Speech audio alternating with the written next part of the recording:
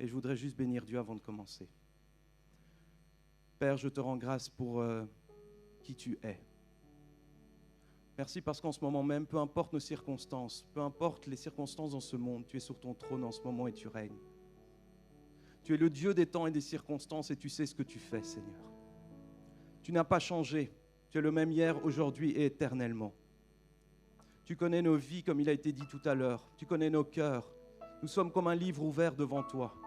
Et toi-même, tu sais les jours qui sont devant nous, Seigneur, car tu as tout écrit dans ton livre de vie, selon le psaume 139, verset 16. Tu es le législateur, celui qui écrit toutes choses. Tu as même fait le méchant dans un but pour le jour du malheur. Tu dis même à Satan, tu vas jusque-là et pas au-delà. Tu pourras, Seigneur, même, tu lui dis qu'il pourra maudire jusqu'à la 4e génération, mais pas plus. Mais toi, tu bénis de génération en génération, jusqu'à la 1000e génération. Parce que tu es au-delà de toute chose, tu es au-delà de tout pouvoir, tu es au-delà de toute autorité. Tu es au-dessus de tout ce qui se passe. Tu es Dieu tout simplement. Et je veux te bénir pour cela. Merci de fermer toutes les portes de l'enfer contre ce moment et contre ce lieu.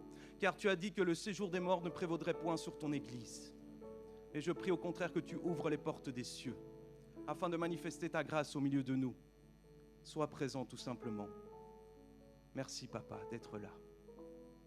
Amen.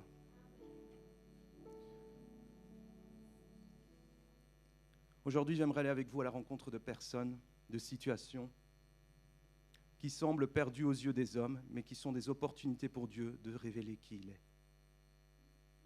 Le titre de mon message, comme vous voyez, c'est le Dieu des situations perdues. Je crois que ces derniers temps, le pasteur nous a parlé de toutes ces situations qui peuvent nous arriver, mais jusqu'où nous on reste dans la justesse, jusqu'où on nous reste juste.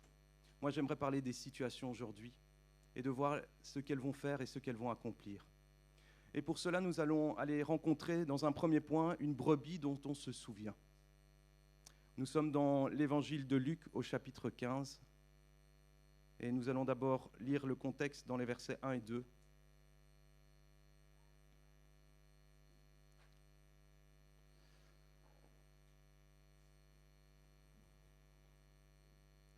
Voilà, tous les publicains, les gens de mauvaise vie s'approchaient de Jésus pour l'entendre. Et les pharisiens et les scribes murmuraient, disant « Cet homme accueille des gens de mauvaise vie et mange avec eux. » Alors juste le contexte qu'on voit ici, c'est que Jésus s'adresse à des religieux et il y a des reproches qui sont faits à Jésus parce qu'il prend du temps avec des gens de mauvaise vie, des gens probablement limités, dont la vie n'a pas été sympa avec eux. Pour utiliser un langage de jeunes, les cassos. Ceux vraiment que, voilà, vaut mieux pas traîner avec eux, et surtout quand on est religieux, encore moins. Il y a comme une distance à mettre. Le psaume 1 nous le dit clairement, ne t'assieds pas sur le banc des moqueurs, des méchants, des pécheurs, ne sois pas avec eux. Donc la parole est claire. Pourtant Jésus va près d'eux. Ça crée un paradoxe, ça crée un problème. Comment ça se fait qu'ils traînent avec eux? C'est la honte, non? Traîner avec des gens comme ça. Et pour répondre à cela, Jésus va donner 3 paraboles. La première, c'est la brebis perdue. La deuxième, c'est la pièce qui est perdue, le drachme qui est perdu. Et le dernier, c'est le fils prodigue ou le fils perdu. 3 éléments qui vont essayer de répondre à ça. Le point commun, je dis déjà, c'est très à la mode apparemment dans les séries maintenant de donner déjà la fin, pour que les gens regardent quand même la série parce qu'ils n'ont pas le temps d'attendre la fin. Et donc je donne déjà la fin, mais comme vous savez tous, tout va être retrouvé. Et c'est pas qu'on rétablit la situation initiale, c'est que ça va plus loin. Il y a en plus un élément, un bonus. C'est que quand on perd et qu'on retrouve, en plus il y a la joie. Amen. Donc c'est vers là qu'on tend aujourd'hui. On va essayer de rencontrer la joie et de comprendre un peu ce qui se cache là derrière. Et dans cette première parabole, nous allons d'abord la lire, donc les versets 3 à 7, pour comprendre un petit peu le contexte, et nous allons nous arrêter sur cette fameuse brebis. Quel homme d'entre vous, s'il a 100 brebis et qu'il en perd une, ne laisse les 99 autres, dans le désert pour aller après celle qui est perdue jusqu'à ce qu'il la retrouve? Lorsqu'il l'a trouvée, il la met avec joie sur ses épaules. Et de retour à la maison, il appelle ses amis et ses voisins et leur dit « Réjouissez-vous avec moi, car j'ai retrouvé ma brebis qui était perdue. » De même, je vous le dis, il y aura plus de joie dans le ciel pour un seul pécheur qui se repent que pour que pour 99 justes qui n'ont pas besoin de repentance. Amen. Dans cette parabole, est-ce que l'on s'intéresse aux 99 brebis à l'abri qui vont bien? Alors, si elles vont bien, c'est que le bon berger s'en occupe aussi, n'est-ce pas? Comme l'a dit le pasteur tout à l'heure dans son introduction, il prend soin aussi de ceux qui vont bien. Donc, on peut être bien. Mais aujourd'hui, on va s'intéresser à celle qui est perdue, n'est-ce pas? Parce que c'est ce que le texte nous montre. Les 99 autres, on connaît leur existence, mais on ne les connaît pas vraiment. On ne sait pas qui elles sont. C'est comme une foule. Vous voyez la foule qui suit Jésus, on ne sait pas qui ils sont. Ceux qu'on se souvient, c'est les disciples. Ceux qui l'ont suivi d'une manière, pas juste pour les miracles, pas juste pour la nourriture, pas juste pour l'argent, mais qui l'ont suivi d'une manière personnelle. Au point où à un moment, j'aime beaucoup ce passage où il se tourne vers la foule et dit « Parmi vous, beaucoup ne croient pas en moi. » Et la foule part. Et puis il se tourne vers les disciples et dit « Et vous, qu'allez-vous faire ?» Il ne retient pas la foule. Et il dit même à ses disciples, pensant qu'ils pourraient réagir pareil, « Et vous ?» Et qu'est-ce qu'il leur répond? « Tu as les paroles de la vérité. Où irions-nous » Voilà pourquoi il le suivait. Parce qu'il était la vérité. Amen.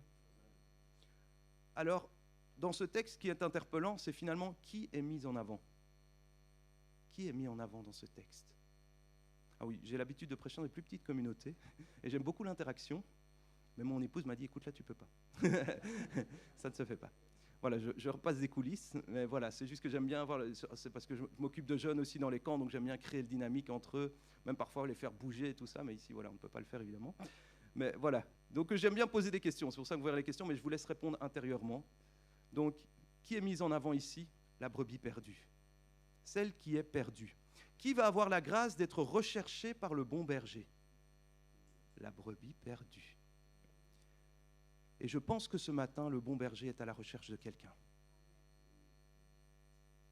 Je répète, je pense que ce matin, le bon berger est à la recherche de quelqu'un. Mais il doit se laisser trouver et lui-même savoir qu'il est perdu. Qui va avoir la grâce d'être porté par le bon berger? Et de nouveau, je pense que ce matin, peut-être quelqu'un a besoin, pas juste d'être trouvé, mais d'être porté. Parce que les forces manquent. Les forces ne sont plus là, le corps lâche. Et il a besoin d'être porté. Qui a reçu la révélation du Dieu qui sauve? En premier. Et pourquoi je dis en premier? Parce qu'évidemment, la réponse simple, c'est la brebis perdue. Mais vous savez, la force de ça, c'est quoi? Et c'est là où nous allons vraiment. C'est que quand la brebis est retrouvée, lors de son retour, les 99 autres vont découvrir la révélation. Celle qui était perdue a été retrouvée par le bon berger. Donc, à travers son témoignage, tous comprennent qu'il est celui qui sauve, même sans l'avoir vécu eux-mêmes. Et donc, ils savent que si ça leur arrive, il fera la même chose pour eux. Amen. Donc, ta situation, ce que tu vis, peut permettre de révéler à d'autres qu'il est celui qui sauve, qu'il est celui qui te tient debout, qu'il est celui qui parle à travers toi. Il est celui-là. Là où on n'aurait peut-être pas misé, il est là. Dieu permet donc des situations pour révéler qui il est et pour manifester sa gloire. C'est quoi sa gloire? On en a déjà parlé aussi dans des messages. C'est le kabots, c'est le poids. Pour la petite histoire, c'est la même racine en hébreu que le foie. Le foie, c'est Kadesh, je pense, si je ne me trompe pas. Là, pour les étymologues, je ne vais pas aller trop loin. Mais je sais juste que c'est la même racine dans le sens où le foie, c'est l'organe le plus lourd du corps. Il y a un poids. Et l'idée de ça, c'est quoi? C'est de voir la valeur, le poids des choses. Dieu veut révéler son poids. Comment je sais qu'il fait chaud? Parce que j'ai connu le froid. Comment je sais que je suis riche? Parce que j'ai été pauvre. Si tout le monde avait 1 million sur son compte, on ne saurait pas ce que c'est pauvre ou riche. C'est vrai, n'est-ce pas? On ne saurait pas. Et qu'est-ce que le monde est en train de faire? En ce moment, il est en train de tout normaliser. Pourquoi? Pour faire perdre la valeur aux choses. À tous les niveaux. Mais parce que j'ai connu une situation de maladie, je sais ce que c'est la valeur de la santé. Je la découvre. Et donc Dieu permet qu'on aille parfois très loin. Et Jésus a été jusqu'à connaître la mort parce qu'il est lui-même la vie. Et en tant qu'homme sur terre, le Père voulait qu'il ait cette miséricorde d'en comprendre les profondeurs. Donc Dieu permet des situations, ce que tu vis en ce moment, pour que tu découvres la valeur de ce que tu as perdu, pour que le jour où tu le retrouves, tu lui rendes gloire et tu sois dans la joie. Et que tu puisses en peser les choses. Amen. Alors ce n'est pas évident, hein, je ne dis pas que c'est facile, mais il se révèle vraiment comme le Dieu des situations perdues. Dieu dit à quelqu'un en ce moment même, Dieu connaît ta situation et on va y revenir. Dieu la permet et il veut utiliser cette situation pour révéler une part de lui-même afin de manifester sa gloire dans ta vie. Il a un but, il a un plan. Ce n'est pas qu'il te laisse en plan, il a un plan. Ce n'était pas prévu ça, c'était bien. Moi, j'aime bien ces moments dans le message quand ce n'était pas prévu et que Dieu révèle vraiment un réma. Il ne te laisse pas en plan, il a un plan. Il a un plan qui est derrière ce que tu passes, par où tu passes, par l'épreuve par laquelle tu passes. La croix était le plan, même si Jésus a dit à un moment, non pas ma volonté, mais ta volonté. Jésus ne voulait pas aller à la croix. Qui voudrait aller à la croix? Mais pourtant, il permet. Si tu te sens perdu, sache qu'il y a un Dieu qui maîtrise ce genre de situation. Ta situation n'est perdue qu'aux yeux des hommes et peut-être à tes yeux, mais Dieu te connaît. Amen. Et c'est là où nous allons aller maintenant avec le deuxième point qui nous dit que le berger connaît ses brebis par leur nom. Et le pasteur a tout à l'heure abordé le texte de Jean 10. J'ai cru aussi de nouveau que j'allais être spolié en partie. Donc on va aller dans Jean 10, les versets 1 à 4, où il nous est toujours question du bon berger.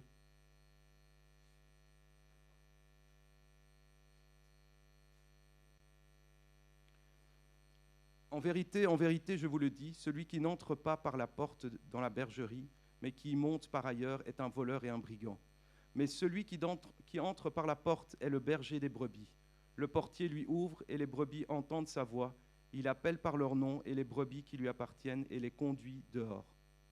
Lorsqu'il a fait sortir toutes ses propres brebis, il marche devant elles et les brebis le suivent parce qu'elles connaissent sa voix. Amen. Alors pour le contexte ici, ce qui est intéressant, c'est qu'à l'époque, pourquoi on parle de cette manière-là? Il y a certaines parties du texte où on pourrait se dire, mais pourquoi on parle d'un berger? En fait, l'idée, c'est qu'à chaque étape, plusieurs bergers se retrouvaient à certains endroits. Ils rassemblaient les troupeaux dans un enclos et il y avait un gardien qui était là. Et donc chaque troupeau était là, rassemblé dans un même lieu. Donc toutes les brebis étaient ensemble, comme ici. C'est comme s'il y en a qui viennent de Chastres, qui viennent de ci, qui viennent de là, mais on est tous rassemblés dans ce lieu. Et à un moment donné, le berger des brebis vient les chercher. Et le gardien les attend, il connaît les bergers. Celui qui ne connaît pas, c'est le voleur. Ça, il ne les connaît pas. Donc le voleur n'est pas censé rentrer. Donc le voleur, lui, passe par derrière. Et ce qui est intéressant ici, pour refaire le contexte par rapport au premier texte dans Luc 15, c'est que les pharisiens, c'est de nouveau une parabole qui s'adresse aux pharisiens. Parce qu'eux sont des voleurs, ne sont pas reconnus. Ils ne viennent pas de la bonne manière. Ils viennent par ailleurs, ils essayent de détourner, ils essayent de manipuler, ils essayent de voler, ils essayent d'égorger. Ils sont des mauvais bergers, comme on le verra dans Ézéchiel ou autres, qui dénoncent ces choses. Et donc Jésus reprend en disant, il y a la voix du bon berger, il y a le bon berger et les brebis reconnaissent sa voix. Pourquoi? Parce que quand le berger arrive, il les appelle et il les fait sortir.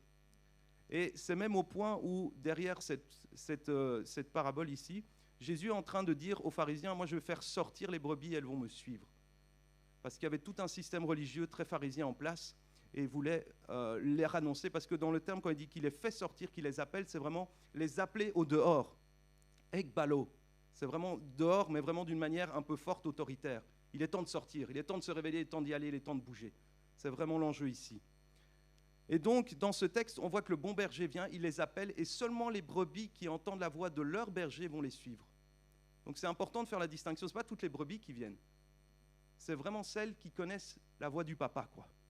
La voix de leur papa. Elles savent que lui, c'est le nôtre. On y va maintenant. Et on est parti. Et j'aimerais à travers cette histoire dire que Dieu te connaît. Mais j'aimerais aussi poser la question, et toi, reconnais-tu sa voix? Est-ce que tu entends la voix de papa quand il parle? Il connaît ton nom. Armand, Yvette, Bernadette, et peut-être même à distance, Jean, Paul, le prénom, ce qui a été donné à naissance, ce qui peut parfois même définir ta vie. Derrière chaque nom, il y a quelque chose qui se passe. Vous savez, j'aime beaucoup les prénoms. Moïse, sauvé des eaux. Quand il est né, il a été sauvé par les eaux de la mort et de l'esclavage pour se retrouver dans un palais. Et c'est par les eaux qu'il va sauver le peuple. Juste dans son nom, il y avait son identité et sa destinée. Donc le nom est important. Dieu connaît ton nom parce que ton nom a une importance. Parfois, on peut avoir honte de son nom. Mais quand on découvre le plan que Dieu a prévu dans ce nom, ça change complètement. Et Dieu fait un shift, il te redonne ton identité. « 」 » 」 « 」 « 」 « 」 » « 」 » « 」 » « 」 » « 」 » « 」 » « 」 » « 」 » « 」 » « 」 » « 」 » « 」 » « 」 » « 」 » « 」 » « « « 」 » « « 」 » « « 」 » « « 」 » Dans Ésaïe 43, verset 15, Il y a un texte qui est très fort et que j'avais reçu une fois pendant une veillée de prière ici à l'église. On était en prière et je pense que c'est le pasteur qui l'avait lu. Et j'aimerais le reprendre parce que c'est vraiment un texte qui m'avait bouleversé à ce moment-là. Il dit « Une femme oublie-t-elle l'enfant qu'elle allait? N'a-t-elle pas pitié du fruit de ses entrailles? Quand elle l'oublierait, moi je ne t'oublierai point. » Vous savez qu'on a des parents qui ne se souviennent pas toujours de nous, qu'on a peut-être des parents qui ne sont plus là, pourraient se dire qu'ils pensent encore à moi. Est-ce qu'ils m'ont oublié? Et avoir ce sentiment de deuil. Il y a le deuil, mais après il y a le moment où ils ne sont plus là et on s'en rend compte, on ouvre les yeux et on se dit mais qui va encore penser à moi? Donc peut-être quelqu'un ici a besoin d'entendre tout simplement moi je ne t'oublierai point. Je connais ta situation, je sais par où tu passes. Si quelqu'un se sent seul, oublié, abandonné, Dieu le sait, il connaît le fond des cœurs. Si toi-même tu t'oublies, toujours dans le sacrifice, oubliant même tes besoins, Dieu le sait, Dieu connaît ta situation. Il connaît même ce que la situation suscite au fond de ton cœur. Et là, je reprendrai encore cette idée de conquérir les cœurs qu'on a eu pendant tous les enseignements. Conquérir nos cœurs, retrouver. Est-ce que je suis prêt à affronter ces choses dans mon cœur? Parce que Dieu les connaît, il est dit qu'il sonde les cœurs. Ce que tu ne peux pas exprimer, ce que toi-même tu ignores, ce que tu tentes d'oublier, ce que tu as caché, là même où tu te voiles la face, Dieu le connaît. Dieu sait chaque pensée qui sort de notre cœur avant même qu'elle sorte de notre bouche. Il connaît même le nom du fardeau, ce que tu ignores. Alors confie-lui ta situation. Et comme un ami aime bien le dire souvent, tu confies à Dieu le problème, tu prends un verre de jus, tu bois et tu attends la réponse. J'aime beaucoup cette idée. Ça montre que j'ai ma part à faire, mais je laisse aussi Dieu faire sa part. Parce que parfois on peut être dans la supplication qui dure. Je ne dis pas qu'il ne faut pas redemander. Mais il ne faut pas non plus se faire la sourde oreille et finalement ne même pas entendre et ni voir la réponse de Dieu. Parce que parfois Dieu répond, mais on est tellement encore en train d'être dans le problème que finalement on ne voit même plus que ça arrive. Donc il y a cette attente de foi que Dieu a entendue, il n'est pas sourd et il va agir. Et donc restons dans cette expectative. Et j'aimerais encourager quelqu'un, parce que Dieu m'a donné une parole pour 2026. Il m'a dit, dans l'idée que tout est écrit, pour 2026, toutes les solutions à tes problèmes sont déjà prêtes. Amen. Tout est prêt. Il a dit à la croix, tout est accompli. Maintenant, je dois les télécharger, c'est-à-dire je dois les demander, je dois les chercher, j'ai tout un travail à faire, évidemment, mais tout est prêt. Les pierres de David attendaient auprès du torrent. Tout était déjà là. La solution que tu as besoin est peut-être dans un frère. Le frère a peut-être ta solution. Entre nous ici, c'est pour ça qu'il nous rassemble, parce que tout est là, en fait. C'est juste qu'on ne le sait pas encore. On ne le sait pas encore, mais 2026, on va le découvrir. Amen. Et on avance ensemble. Là où la culture ambiante nous fait parfois croire qu'il faut faire avec le problème. En bon belge, comment tu vas? Ça va, un peu mal partout, mais il faut faire avec. Je ne sais pas si vous avez entendu ça. La culture, là. Vous voyez quelqu'un qui... Voilà, on n'est pas bien, mais on doit faire avec. On n'a pas le choix de toute manière. Et c'est vrai que si on n'a pas le Seigneur, c'est comme ça. On doit faire avec, on n'a pas le choix. Parfois, il y a peut-être des solutions. On a un médecin qui est là, qui peut aider, trouver peut-être des remèdes. Mais dans les douleurs physiques, dans le mal qu'on peut vivre, parfois on se dit, il y a des situations qui sont compliquées, on ne peut pas s'en sortir. L'apôtre Paul l'a vécu aussi. À un moment donné, il priait à plusieurs reprises pour que Dieu lui enlève cette épreuve qu'il avait, était-ce spirituelle, était-ce physique, peu importe. La réponse qu'il a eue, c'est « ma grâce te suffit ». Et j'aimerais qu'on lise juste le texte parce que je trouve ce texte très parlant dans tout ce qu'on vient de dire ici. Il résume assez bien la situation. On est dans 2 Corinthiens 12, les versets 1 au verset 9. J'attends l'affichage. Donc 2 Corinthiens 12, verset 9.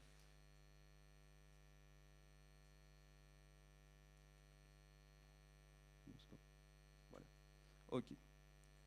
Et il me dit, ma grâce te suffit, car ma puissance s'accomplit dans la faiblesse. Je me glorifierai donc bien plus volontiers de mes faiblesses, afin que la puissance de Christ repose sur moi. On va juste relire pour vraiment se l'approprier. Ma grâce te suffit, car ma puissance s'accomplit dans la faiblesse. Je me glorifierai donc bien plus volontiers de mes faiblesses, afin que la puissance de Christ repose sur moi. Amen. Alors, ça c'est ce que Dieu a dit à Paul. Mais qu'est-ce qu'il te dit à toi sur ta situation? Est-ce qu'il te dit accepte pour un temps? C'est comme ça. On pense aux paralytiques pendant 38 ans près de l'eau qui attendait pour se jeter, l'ange qui descendait à chaque fois. 38 ans seul, il a dû attendre. Jésus n'était même pas encore sur terre qu'il était déjà malade. Mais sa solution vient 38 ans plus tard, quand Jésus commence son ministère. Pourquoi Jésus n'est pas venu direct le voir? Parce qu'il y avait un temps fixé. Un temps où Jésus allait passer. Parce que l'objectif, nous allons le voir par la suite, est plus grand que juste la guérison. Est-ce que c'est de résister? Il faut tenir. Il faut aller de l'avant. Est-ce que c'est se lever? Au paralytique, il dira, lève-toi, prends ton lit et marche. Prends ta situation en main, prends ton quotidien en main. Fais bouger les choses. Ça va apporter les solutions. C'est toi qui as la solution en main. Bouge. Combat. Ou garde le silence. Qu'est-ce que Dieu dit? Il y a des situations où il nous dit, arrête de prier, je m'en occupe. Et à un moment, la réponse arrive, on dit, oh, j'ai plus prié et pourtant c'est là. Et puis d'autres. Donc l'objectif n'est pas une méthode. L'objectif, c'est de savoir ce que Dieu a dit de ta situation. Amen. Dans Jérémie 29, 11, un texte qu'on connaît bien en général, mais j'aimerais qu'on puisse s'arrêter dessus parce que ça rejoint encore de nouveau tout ce qu'on est en train de voir. Car il dit, car je connais les projets que j'ai formés sur vous, dit l'Éternel. Projets de paix et non de malheur, afin de vous donner un avenir et de l'espérance. Où se trouve la solution dans l'avenir et dans l'espérance? Et il y a un slogan qu'on entend parfois, si tu veux la paix, prépare la guerre. Pourquoi? Parce que parfois, pour arriver à la paix, il faut passer par des temps difficiles. Parfois, il faut bouger les choses. Parfois, il faut faire la guerre contre soi-même parce que c'est à nous bouger, à nous à changer. Parfois, il faut se discipliner. Tout ça, c'est une guerre, c'est un combat, c'est un défi. Et c'est des épreuves par lesquelles on passe parce que Dieu sait où il nous conduit. Et on va le voir juste après dans un autre texte, que les épreuves ont un but. Apporter la paix, la joie et surtout l'espérance. La première intention du Père, nous le voyons de ce texte, c'est quoi? Est-ce que c'est le malheur? Non. J'ai des projets de paix et de bonheur. C'est ça qu'il veut mettre en place dans nos vies. Il a des projets de paix et de bonheur pour ta vie. Ce n'est pas parce que le malheur passe que c'est le projet. Ce n'est pas parce que le malheur passe que c'est le projet. Il veut te rendre plus grand que le malheur pour que tu bénéficies pleinement du bonheur.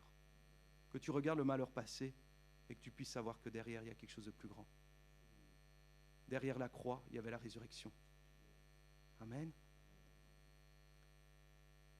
Dans notre texte de Luc 15, on a parlé tout à l'heure que de la brebis perdue, mais j'aimerais justement, dans le même ordre d'idées, reprendre le texte suivant, pas celui de la pièce perdue, mais celui du fils prodigue. Alors, je n'ai pas mis le texte affiché parce qu'on n'a pas le temps de tout lire, mais je vais résumer l'histoire.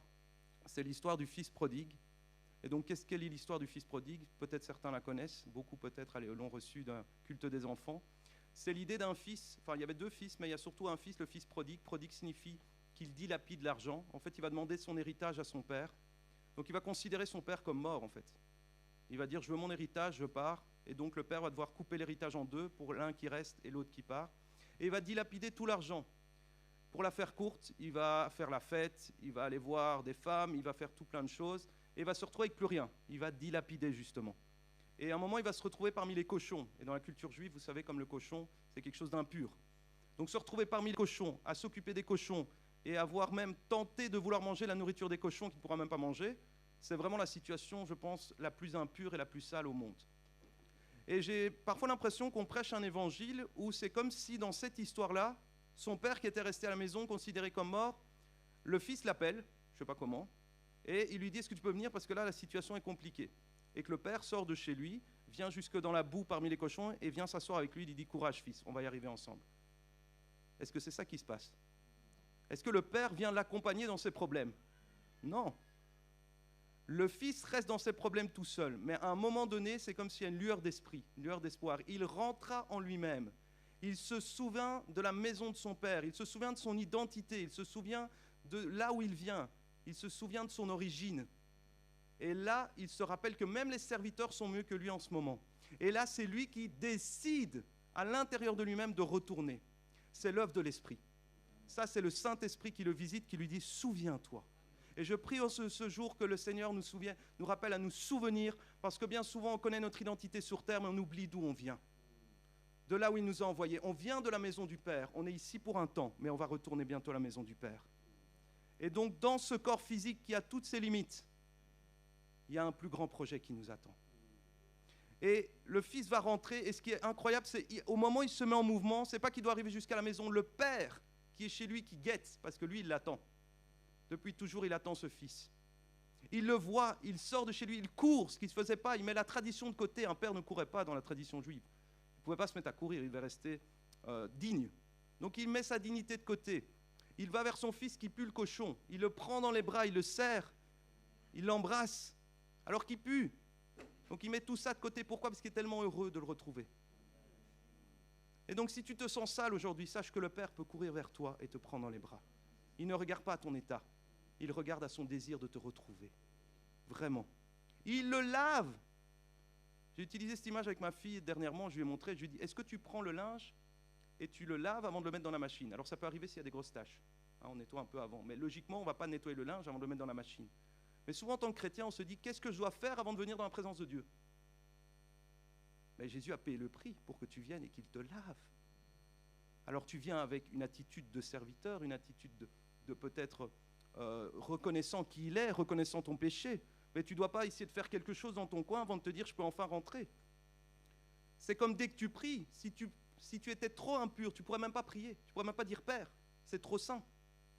Mais si même tu peux t'adresser à lui dans l'état que tu es, c'est parce que Christ a payé le prix. Son sang a coulé. Son sang nous lave. Et il va carrément le rétablir dans son identité. Lui qui venait juste pour servir parmi les serviteurs, il lui dit non, je te repositionne. Il lui donne la bague, il lui remet un nouveau vêtement, il lui met des sandales et il lui dit tu es fils, tu es mon fils et on va faire la fête maintenant parce que mon fils qui était perdu a été retrouvé. Amen, c'est la joie de nouveau. Alors Dieu dit à quelqu'un, je t'attends à la maison. Je t'attends à la maison. Quand vas-tu t'arrêter, rentrer en toi-même et te souvenir du bon vieux temps où on marchait ensemble tous les deux, complices avec le Saint-Esprit, une amitié, un cœur à cœur. Le monde va tellement vite. Et qu'est-ce qui peut seulement arrêter tout ce système? C'est quand toi tu t'arrêtes. Quand toi tu t'arrêtes, tu sabotes tout. Et c'est pour ça qu'il dira, arrête-toi et sache que je suis Dieu. On parle encore aujourd'hui du fils prodigue, n'est-ce pas? J'en parle. On parle encore aujourd'hui de la brebis perdue. Car ceux qui rencontrent le bon berger ou le Père céleste deviennent un témoignage à la gloire et cela les distingue. Et donc mon troisième point, c'est ton témoignage te distingue et te distinguera. Nous allons terminer là-dessus. On parlera de toi, de ce que Dieu a fait et comment il a été la solution. Chaque intervention de Jésus distingue. N'est-ce pas qu'on se souvient des malades? On se souvient des démoniaques, on se souvient des lépreux, on se souvient de l'aveugle-né, on se souvient de la femme à la perte de sang, le paralytique, on en a parlé tout à l'heure. Mais est-ce qu'on parle des gens en bonne santé? Alors je ne dis pas qu'il n'y a pas eu des gens en bonne santé, il y a des gens dans l'histoire où on n'a pas parlé de leurs problèmes, donc ça existait aussi. Mais ceux qui sont mis en avant en général, c'est à travers leurs problèmes. Et donc ce qui semble te définir, ce que les gens connaissent de toi, ce qui pourrait être même une honte pour toi, est appelé à devenir ton témoignage. Amen. Parce que comme on l'a lu tout à l'heure, il se glorifie dans nos faiblesses. Après la résurrection de Lazare, on cherchait deux personnes. On cherchait Jésus et on cherchait Lazare. Lazare qui était associé à un mort. Lazare qu'on pleurait. Peut-être après le 4e jour, on ne voulait même plus en entendre parler. On disait non, parlez plus de lui, il est mort. Revenez pas là-dessus. Peut-être certains disaient ce nom, on doit l'oublier. Et Jésus vient et maintenant on cherche ce nom. On cherchait sûrement Marie et Marthe aussi, la famille. Donc, le témoignage de Lazare a un impact même sur la famille qui va témoigner de celui qui est ressuscité. Donc, tu peux avoir un impact sur toute ta famille qui va elle-même témoigner, oui, je le connais. Il est dans ma famille, il est dans ma maison. Tout ce qu'on dit sur lui est vrai. Il l'a vécu. Amen. Dans Jacques, chapitre 1, les versets 2 à 4, il est dit justement, et j'aime beaucoup ce passage parce qu'il nous aide à comprendre pourquoi on passe par les épreuves. Il dira, mes frères, regardez comme un sujet de joie complet les diverses épreuves auxquelles vous pouvez être exposés. C'est un texte dur, parce que ce n'est pas évident. Sachant que l'épreuve de votre foi produit la patience. Mais il faut que la patience accomplisse parfaitement son œuvre, afin que vous soyez parfaits et accomplis sans faillir en rien. Qu'est-ce que Dieu fait avec nous? Il nous rend inébranlables. C'est quoi inébranlable? C'est qu'il n'y a plus aucune prise pour l'adversaire, pour nous déboussoler, pour nous faire tomber, pour nous faire chuter. On est inébranlable, on ne faillit en rien. C'est ça qu'il est en train de faire avec nous. Il est en train, à travers chacune des épreuves, à nous rendre plus forts. Comment un boxeur devient un champion du monde? C'est à travers tous les combats qu'il a vécus. Où il se distingue à chaque fois. Il se distingue. Les entraînements, il doit se battre, il doit frapper, il doit avoir mal, il souffre. Mais il commence à révéler le potentiel qui est en lui, il se déploie. J'ai été professeur de natation et j'aime beaucoup dire qu'il y a certains enfants qu'on découvre au début qui ont peur de l'eau. Mais est-ce que pour qu'ils deviennent champions, il va falloir leur greffer des bras, greffer des jambes, essayer de mettre quelque chose dessus? Non, il faut simplement les mettre dans l'eau, qu'ils osent affronter leur peur et qu'au fur et à mesure qu'ils appréhendent qu'ils appréhendent l'eau, tout simplement, donc le milieu dans lequel ils sont, voilà le milieu aquatique, petit à petit ils vont se débrouiller, puis on va commencer à voir, oula, il nage bien en fait. Il a déjà un potentiel, il comprend comment mettre ses mains, mettre ses bras, et comment se positionner. Oh, il y a quelque chose là chez lui, on va le pousser plus loin, on va le pousser plus loin. Et en fait, on révèle le potentiel qui est là. Et c'est ce que Dieu est en train de faire avec vous en ce moment. Il est en train de vous pousser dans vos retranchements pour libérer le potentiel, pour que vous n'ayez pas peur d'affronter telle ou telle situation et que vous puissiez être fort dans chacune d'elles et refléter Christ, parce qu'il a mis tout ce potentiel en nous. Le but n'est pas notre confort, mais le but est d'être fort et de manifester la lumière qu'il a mis en nous, afin que son nom soit associé à notre nom. Dieu veut associer son nom au tien. Quelle grâce, n'est-ce pas? Être associé à Christ, quel honneur. C'est pour ça que ce même apôtre Paul dont on a parlé tout à l'heure, qui a reçu ma grâce te suffit, nous dira dans Romains 1, versets 16 et 17, « Car je n'ai point honte de l'évangile. » En gros, j'en suis fier. C'est une puissance de Dieu pour le salut de quiconque croit, du juif premièrement, puis du grec, parce qu'en lui est révélée la justice de Dieu par la foi et pour la foi, selon qu'il est écrit, le juste vivra par la foi. Amen. Et le terme salut vient du grec sozo, qui signifie rétablir dans la situation initiale. Ce qui était perdu est retrouvé. La pièce est retrouvée, la brebis retrouve son troupeau, et le fils retrouve la maison du père, son identité, il est lavé, rhabillé, rétabli. Avec, comme on l'a dit tout à l'heure, un gain supplémentaire, la joie. Alors en conclusion, le Père fait tout dans un but, n'est-ce pas? Il travaille en nous, il nous façonne, il fait de nous des vases d'honneur, parfois fragiles, mais ce qui compte, c'est surtout ce qui est dedans, parce que le but, il est où? On va le voir dans Philippiens 3, verset 10. J'aime beaucoup ce passage qui équilibre les choses. Parce que je viens d'un milieu plus évangélique, je suis passé par différents milieux, et parfois on a des visions qui peuvent se tirer d'un côté ou de l'autre. Parfois on peut avoir la vision qu'avec Jésus, si on coule dans l'eau, Jésus va nous relever juste la tête pour qu'on puisse survivre et qu'on puisse tenir le coup. Dans d'autres milieux plus extrêmes, on va dire qu'on marche tout le temps sur l'eau avec Jésus. On marche, on marche, on marche, on marche. Le problème des deux, c'est quoi? C'est que si on a la tête hors de l'eau et qu'on peut survivre, on ne va pas chercher à marcher sur l'eau. On se dit, ça c'est la vie, on accepte, on fait avec. D'autres, si jamais on se dit, il faut marcher sur l'eau, dès que je coule, qu'est-ce que je fais? Dieu m'a lâché? Et il faut l'équilibre. Dieu peut te faire marcher sur l'eau dans certains secteurs de ta vie. Tout se passe bien. Dans d'autres, il peut te faire survivre. Dans d'autres, tu nages. Et c'est là où on va dans ce texte que j'aime beaucoup, qui je trouve, il y a un bel équilibre dans Philippiens 3,10, où il dit que le but de Dieu dans toute chose, c'est quoi? C'est afin de connaître Christ, avoir une relation avec lui. Il frappe à la porte et il veut manger avec nous. Il veut un cœur à cœur. C'est l'agneau. La puissance de sa résurrection, c'est le lion de Juda, qui rugit, qui fait des miracles, qui change les situations, qui change les circonstances. Et la communion de ses souffrances, on doit aussi le connaître. Ça, c'est le plus dur. Les épreuves. Pourquoi? Parce qu'on vit au milieu des loups. Il a dit dans Luc 10, « Je vous envoie comme des agneaux au milieu des loups. » Mais qu'est-ce qu'il constate avec joie? C'est qu'ils marchent sur les serpents et sur les scorpions. Donc ils sont des agneaux qui sont au milieu des loups, mais ils marchent comme un lion. Donc en affrontant les épreuves, on découvre le lion, qu'il est derrière nous et avec nous. Je vais demander à la louange de se repréparer, si c'est possible, pour le chant, le cri d'un enfant. Parce que j'aimerais terminer par une dernière pensée et la prière. Mon frère, ma sœur, peu importe ce que tu vis, Dieu connaît ta situation. Si tu te sens perdu, il sait où te trouver. Il peut te porter. Même au milieu des cochons, il peut te retrouver, te rappeler à lui. Tu ne seras jamais trop sale. Dieu, dans sa sagesse, a choisi la faiblesse de notre chair pour manifester sa gloire.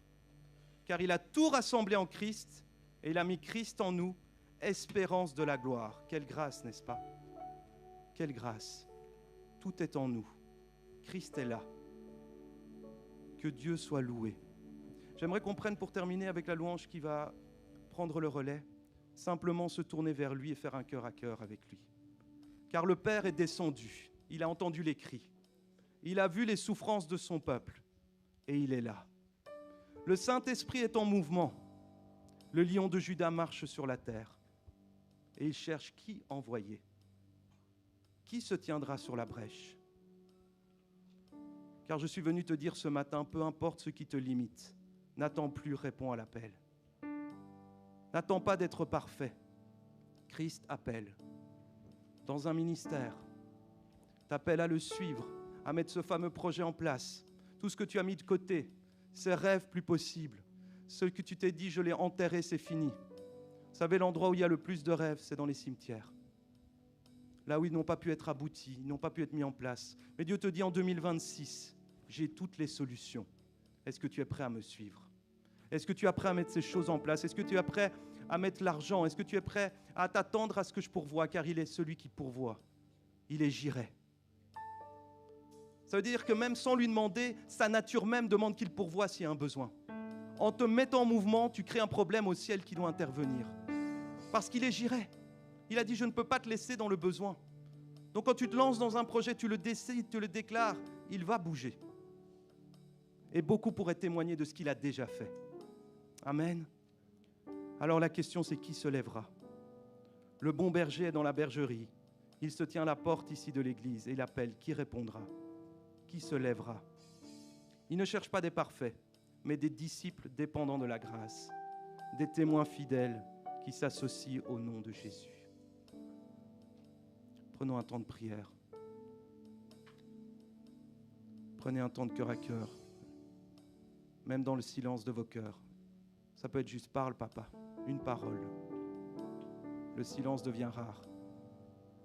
Mais pour écouter, il faut se taire. Si je me tais, j'entendrai la voix du bon berger.